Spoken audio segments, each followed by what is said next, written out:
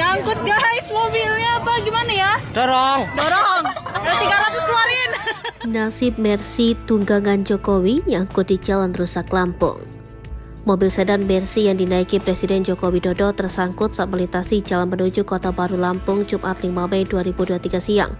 Video mobil RI1 yang tersangkut di tengah jalan rusak itu beredar di grup WhatsApp di Lampung dan media sosial.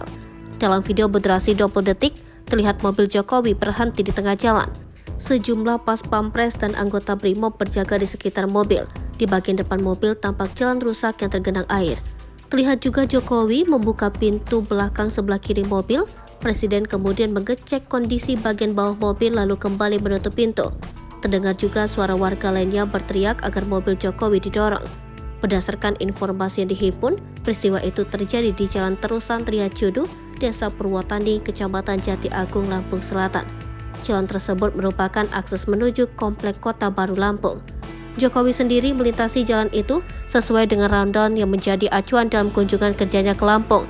Dalam rundown acara, setelah mengunjungi Pasar Natar, Jokowi direncanakan melintasi Jalan Terusan Triacudu yang melewati eksit tol Kota Baru.